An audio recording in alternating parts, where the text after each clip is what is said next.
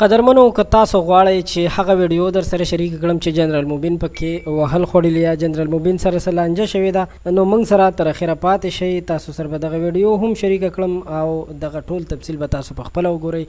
یو ویډیو یو تصویر په سوشل میډیا وایرل شوی دی چې د جنرال موبین باره کې دی. جنرال موبین ناست او د مخ نه او د خولې نه یې پټۍ تو کړي دي. نو په سوشل میډیا باندې زیات کسان داسې دعوه کوي چې جنرال موبین وهل ټکول خوړلی دی او جنرال موبین سره دغسې ظلم شوی دی. نو دوستانو بیا موږ ته هم ډیرو کسانو میسیجونه کول، زموږ نه دا معلومات کول غوښتل چې په دې خبره کې حقیقت څومره دی.